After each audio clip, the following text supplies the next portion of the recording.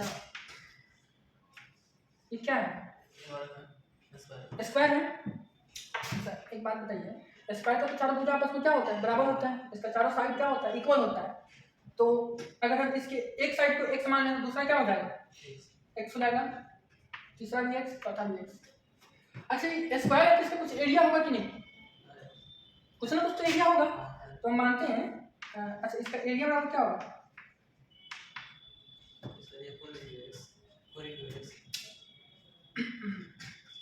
Square का area कितना होता है? अरे हम स्क्वायर का पूछ रहे हैं, आप बता रहे हैं आयत का, हम पूछ रहे हैं वर्ग का। आयत का ना होता है, हम आपसे वर्ग का ना पूछ रहे हैं। इतना सिंपल सिंपल बात आपको याद नहीं है, क्या हो जाएगा? X square. अरे नहीं पढ़े भुजा स्क्वायर पूछा है। देखिए तो ये क्या है? वर्ग है। वर्ग का क्षेत्रफल कितना होता है? भुजा स्क्वायर। ठीक है, ठीक है। एरिया है, मैंने क्षेत्रफल को इंग्लिश में एरिया, इसके वजह से कंफ्यूज नहीं होंगे। बिहार बोर्ड के लिए इंग्लिश नहीं आता है, हमको भी नहीं आता है, टेंशन मत लीजिए। सीएससी से कॉलेज लेकिन सब हो गया ज्ञान से आते आते। हां तो इंग्लिश ज़्यादा हमको नहीं आता, लेकिन मैथ्स में इंग्लिश हिंदी का बहुत ज़्यादा झमेला नहीं है। ठीक है, मैथ्स में एग्जाम में आपका हिंदी मीडियम है ना, फिर भी इंग्लिश में लिखिएगा। मैथ्स में एक वर्ड भी हिंदी नहीं लिखना कहीं भी। ठीक है, कुछ भी हो जाए इंग्लिश में लिखना है आपको। जो बुक ली हिंदी मीडियम है ना, बदल दीजिएगा, बदल दीजिएगा, इंग्लिश मीडियम में लिखिएगा। उससे कोई मैथ्स में हिंदी मत लिखिएगा ना, तो समझ जाएगा कि बच्चा एकदम कमजोर है, हिंदी का वैल्यू नहीं करता, मार्क्स वगैरह अच्छा नहीं आता। ठीक है, और इसमें कोई बहुत 30 मार्क का वाला इंग्लिश नहीं होता, एकदम आसान आसान चीजें, कुछ नहीं हुआ जाएगा। ठीक है, तो अब देखिए ये क्या है? वर्ग है। तो वर्ग का एरिया कितना होता है? भुजा स्क्वायर। अच्छा इसके भुजा का हम नाम दिए हैं x, तो इस एरिया का हम कुछ नाम दे दें। हम मान लेते हैं कि एरिया इसका क्या है? y है। ठीक है, तो y बराबर कितना हो जाएगा? x square. अब ध्यान से देखिए, यहीं से हम कहानी शुरू करते हैं। y बराबर क्या है? x स्क्वायर है। x किस चीज को बता रहा है? यहाँ देखिएगा, मेरे चेहरा पे नहीं, x किस चीज को बता रहा है? इसके भुजा को बता रहा है, वर्ग के भुजा को बता रहा है। ठीक है, अब y किस चीज को बता रहा है? एरिया को बता रहा है, इसके क्षेत्रफल को बता रहा है। तो अब बताइए y x पे डिपेंड है कि x y पे डिपेंड है? ये आपको सोचना है। दोनों एक दूसरे पे डिपेंड नहीं है। हाँ मतलब कह सकते हैं, लेकिन जनरली आप देखिएगा ना तो x y पे डिपेंड है, क्योंकि x का आप जैसे ही वैल्यू बढ़ाते हैं y का वैल्यू बढ़ जाएगा। क्यों?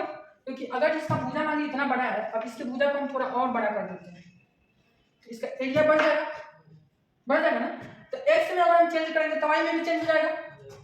ठीक है, तो हम x को कहेंगे कि ये इंडिपेंडेंट वेरिएबल है, लेकिन y क्या है? डिपेंडेंट, क्योंकि y x के वैल्यू पे डिपेंड कर रहा है।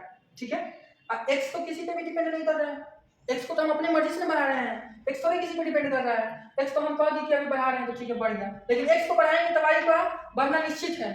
तो y क्या हो गया? कौन वेरिएबल? डिपेंडेंट। y क्या कर रहा है? डिपेंड कर रहा है, यहाँ समझिए अच्छे से। ठीक है, x क्या हो गया? Independent variable. ठीक है, लेकिन हमेशा x y इंडिपेंडेंट वेरिएबल में, मतलब जैसे y यहाँ पे हम कहें कि हमेशा मतलब डिपेंडेंट वेरिएबल है, कोई जरूरी नहीं है। अगर इधर हम इसको मान लेते हैं y, अगर हम इसके भुजा को मान लीजिए y, ठीक है, और इसके एरिया को मान लीजिए x, ठीक है, तो डिपेंडेंट वेरिएबल कौन हो जाएगा? डिपेंडेंट वेरिएबल हो जाएगा x, क्योंकि x बराबर क्या हो जाएगा यहाँ पे? y स्क्वायर, और इंडिपेंडेंट वेरिएबल हो जाएगा y। तो डिपेंडेंट हम उसको कहते हैं ना, डिपेंडेंट वेरिएबल उसको कहते हैं जो किसी पे डिपेंड हो। ठीक है, तो यहाँ इस केस में देख रहे हैं कि y जो है x पे डिपेंड है, और इस केस में देख रहे हैं कि x जो है y पे डिपेंड है। ठीक है, तो डिपेंडेंट वेरिएबल और इंडिपेंडेंट वेरिएबल आपको समझ में आया होगा, लेकिन उससे पहले आपको ये भी समझना है कि वेरिएबल क्या होता है, कांस्टेंट क्या होता है। अब इसी वर्ड में हम क्या करते हैं, ये तो आयत की तरह दिख रहा है, इसको वर्ड बनाते हैं। अब जो है हम इसका 2 सेंटीमीटर इसका एक भुजा रखेंगे, तो सारा ऑटोमेटिक 2 सेंटीमीटर हो जाएगा। तो अब बताइए, इसका तो फिक्स हो गया ना, ये 2 सेंटीमीटर तो फिक्स है, इसको हम चेंज नहीं कर सकते हैं, क्योंकि चेंज करेंगे तो ये इसका जो लंबाई है वो बढ़ जाएगा या फिर घट जाएगा जैसे ही हम इसको चेंज करेंगे। तो ये क्या हो गया? एक फिक्स वैल्यू हो गया, लेकिन x और y क्या है? फिक्स वैल्यू नहीं है। x और y की जगह पे कुछ भी आ सकता है, उसकी जगह पे हम कभी 3 रखेंगे, कभी 4 रखेंगे, कभी 10 रखेंगे, कभी 50 रखेंगे, कभी 0 भी रख सकते हैं। देखिएगा हर क्वेश्चन में x और y का वैल्यू अलग अलग आता है। 10th में भी आप पढ़ते होंगे इक्वेशन, तो उसमें x और y का वैल्यू हर जगह अलग अलग आता है, यानी x और y कोई नंबर नहीं है, कोई फिक्स नंबर नहीं है, वो अपने अकॉर्डिंग उसको एडजस्ट किया जाता है। सारे क्वेश्चन में अलग अलग सारे जगह पे उसका यूज किया जाता है। ठीक है, जहाँ पे x और y का वैल्यू कुछ भी हो सकता है, रियल भी हो सकता है, इमेजिनरी भी, वो सब सिचुएशन के ऊपर डिपेंड करता है। तो x और y क्या है? x और y वेरिएबल है। वेरिएबल उसको कहते हैं जिसका वैल्यू फिक्स नहीं हो, और जिसका वैल्यू फिक्स हो जाए उसको कांस्टेंट बोलते हैं। ठीक है, तो वेरिएबल भी 2 टाइप का होता है।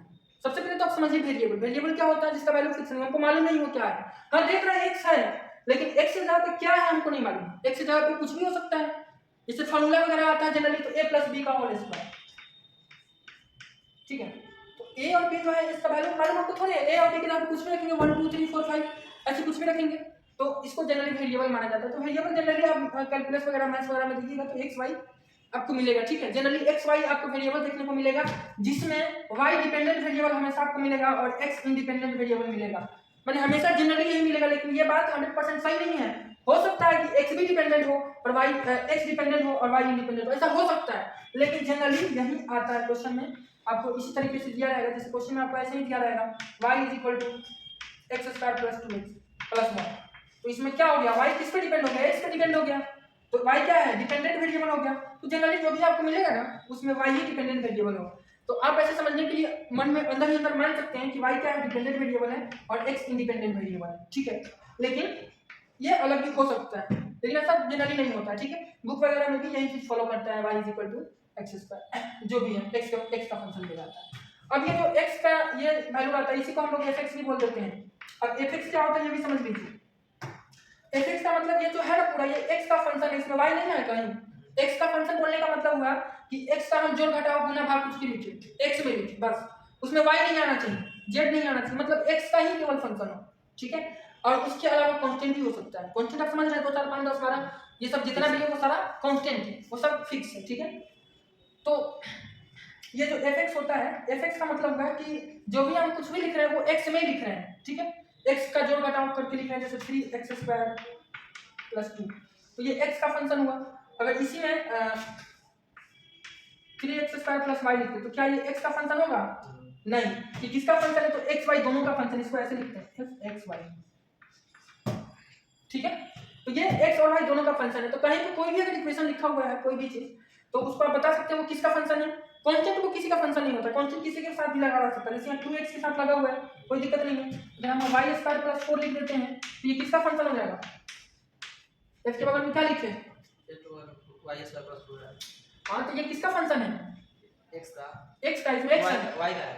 देखिए अब बोर्ड पे अच्छे से ध्यान दीजिए, समझे ना, मेरे चेहरा पे ध्यान दीजिएगा, नहीं समझ में आएगा, ठीक है। इतना सिंपल बात आपको समझ में नहीं आ रहा है, लेकिन ये y का फंक्शन है तो इसी को हम लोग लिखते हैं fy, तो fy कोई जरूरी नहीं है, यहाँ पे जो है fy y² + 4 है, लेकिन fy का मतलब फिक्स नहीं है, fy बराबर ये भी हो सकता है y² + 3y + 2, y के किसी भी फंक्शन को हम लोग fy मान सकते हैं, लेकिन अगर किसी क्वेश्चन में मान लीजिए fy बराबर इतना है तो वहां पे इतना ही लेना है। लेकिन ये फिक्स है कि अगर हम fy ले रहे हैं तो जो सामने वाला रिजल्ट है वो y में ही होगा, मतलब उसमें इसमें इसी लाइन में कहीं भी x नहीं आ सकता है, ठीक है, z नहीं आ सकता है, कोई दूसरा फंक्शन नहीं आएगा, मतलब कोई दूसरा वेरिएबल नहीं आएगा, कांस्टेंट आएगा नहीं तो y आएगा।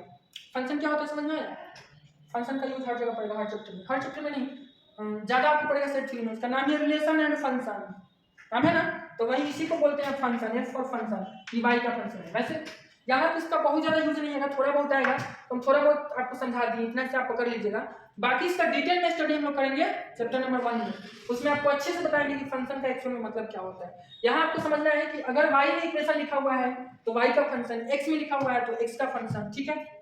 अच्छा तो वेरिएबल क्या होता है समझ में आया, क्या जोर से बोलिए, जिसका वैल्यू हमेशा चेंज होते रहता है, जिसका वैल्यू फिक्स नहीं है, चेंज होते रहता है, कांस्टेंट वैल्यू चेंज होता है, फंक्शन, फंक्शन जिसका इक्वेशन दिया हुआ है वो फंक्शन हो जाएगा, ठीक है। अच्छा डिपेंडेंट वेरिएबल, डिपेंडेंट x और y मतलब x y हमेशा मतलब डिपेंडेंट रहता है, जनरली y जो है डिपेंडेंट रहता है। डिपेंडेंट का मतलब ये हुआ कि उसका जो वैल्यू है वो किसी और पे डिपेंड कर रहा है, ठीक है। जैसे यहाँ पे y बराबर x² है तो y का जो वैल्यू है x² x पे डिपेंड कर रहा है। जैसे इसका जो एरिया है, ये जो आपका आयत क्या बोलते हैं वर्ग बनाए हैं, तो वर्ग का जो एरिया है वो इसकी भुजा पे डिपेंड है, तो इसका भुजा जो है वो क्या हो गया, भुजा इंडिपेंडेंट हो गया और एरिया क्या हो गया, डिपेंडेंट हो गया, क्योंकि ये भुजा पे इसका डिपेंडेंसी है, इसकी भुजा का वैल्यू जैसे बढ़ाएंगे एरिया का वैल्यू बढ़ जाएगा, भुजा का वैल्यू हटाएंगे एरिया का वैल्यू घट जाएगा, ठीक है।